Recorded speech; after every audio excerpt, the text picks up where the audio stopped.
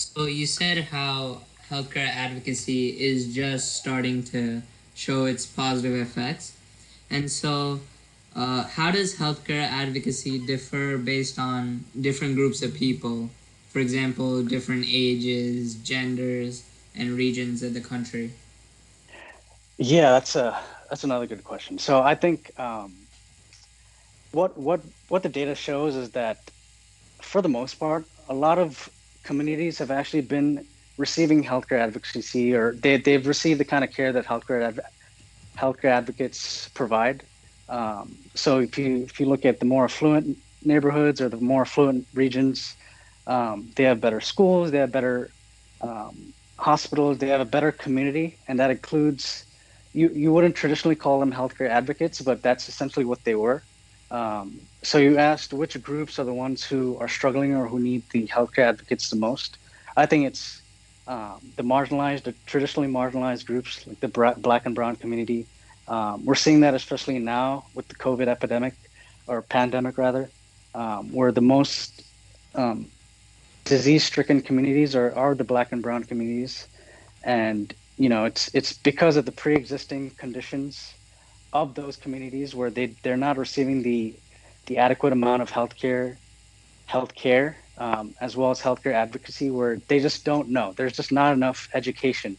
And I think that's where healthcare advocates can really come in and provide that level of education they need so that they can take care of themselves and their communities and their loved ones and ultimately um, have a better health outcome in the future for them. But yeah, I think the most sort of the biggest crisis in terms of healthcare is within the Black and Brown community, especially in the inner cities and more urban areas. But um, yeah, I think it's starting to change. I think we're starting to have honest discussions. Me being a person who was born in India, grew up in Miami, Florida, um, now living in Connecticut for the past 15 years. Went to school in Boston. I've sort of seen a wide variety of communities, and fortunately, I feel like I've been blessed to sort of have that perspective. Um, I still consider myself a Miamian, but it's because I saw those communities and I lived there. I lived um, in a pretty rough neighborhood. I saw essentially what they weren't receiving and what it took to have a healthy neighborhood like where I'm currently living in Connecticut. Um, so I think the marginalized communities are still suffering. It's if anything, it's gotten worse, but we'll see where it goes. Okay, so earlier you said how people can get involved in healthcare advocacy by volunteering.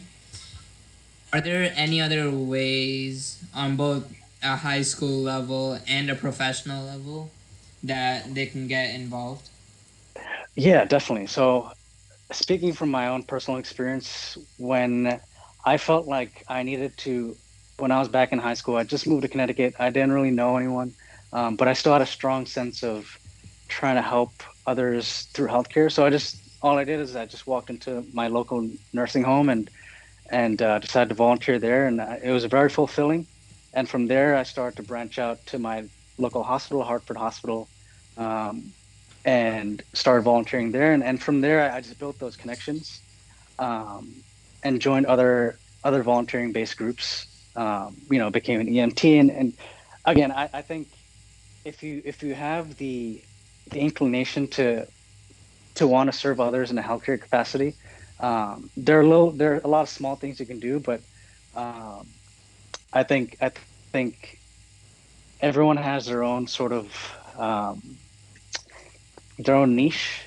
For me, it was just volunteering at the nursing home and a lot of different things I did in college as well, um, where I was tackling the opioid issues. Um, but yeah, I think there are things you can do within your community, and then once you start to move on in your career, there more opportunities will open up there if you're willing to look for them. So you said how the opioid crisis was a big turning point in the development of healthcare advocacy. So, do you think healthcare advocacy will continue to evolve and change in the future?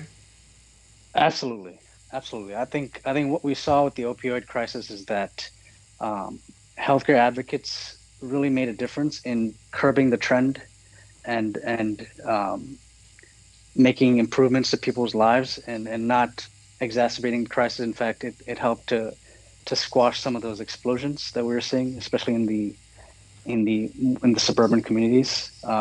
So I think that was kind of a case study in how healthcare advocates can make a difference, and not just the opioid crisis or drug addiction issues, but more so in healthcare as a whole.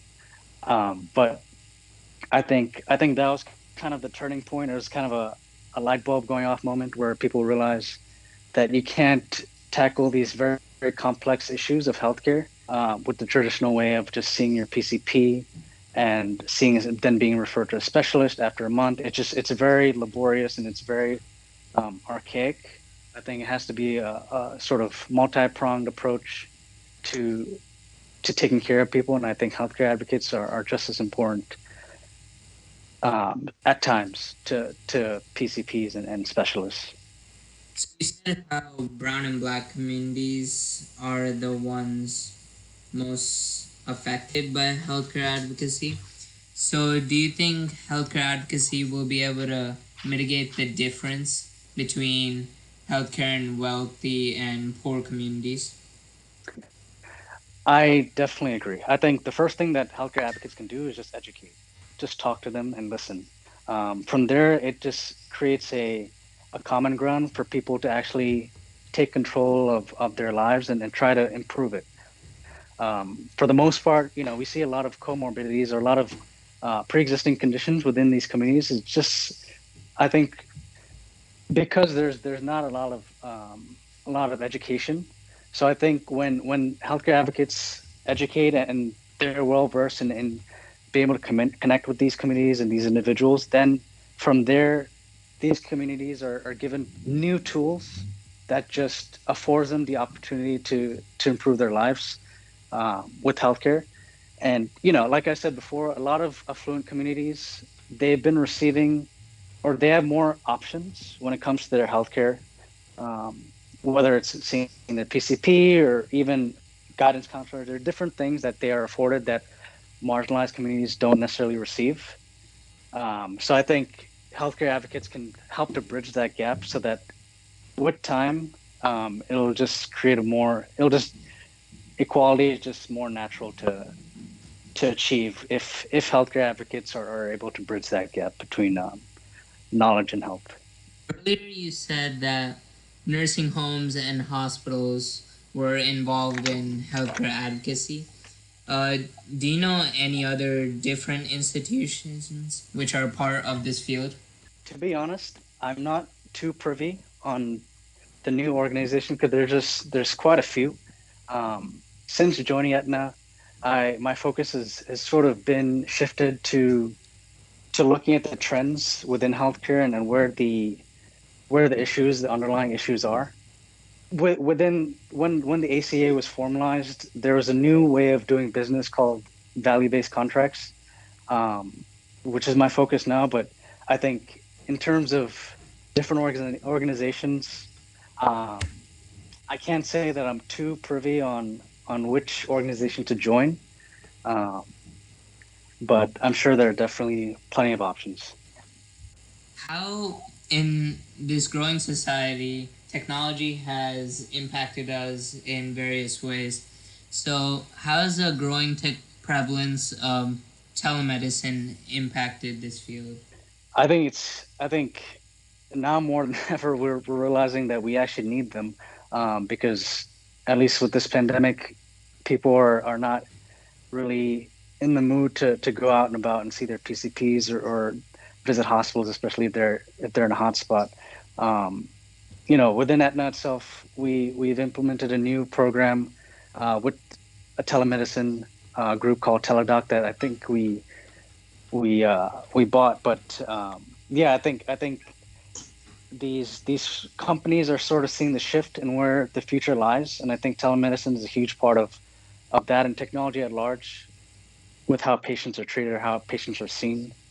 In fact, there are a lot of different startups that are popping up left and right with patient-centered technologies and platforms that can allow more options for people who need them. But yeah, I think telemedicine is a huge sort of a huge forefront that's only beginning to grow. I think with time, that's going to be pretty normal and a pretty large staple in society. So, how have recent events? We went over the opioid crisis, but for example, the COVID outbreak affected healthcare policy.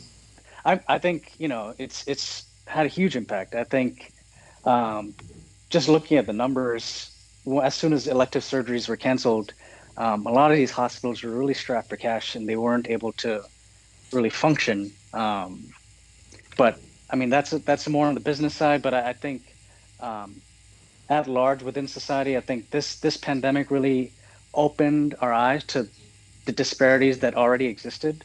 Um, we're seeing that the people who are struggling or suffering and who are getting the virus and suffering from COVID-19 and ultimately dying are the Black and Brown communities. Um, so I think these issues were already there. They're kind of pre-existing conditions, no pun intended. But I think this just exacerbated the underlying issues, this pandemic. What we're seeing is that now because there's more activism and um, more people willing to speak truth to what's actually happening. For example, like Medicare for all is a very very hot topic. We're seeing that things are starting to shift in terms of what people want for the greater society within this country, in terms of healthcare. So I I think this pandemic was a horrible thing. I think it was, I mean, it upended all of our lives, but it wasn't necessarily. We can't say now, looking at the data, that we're surprised that this happened because I think the healthcare system, frankly, is broken currently.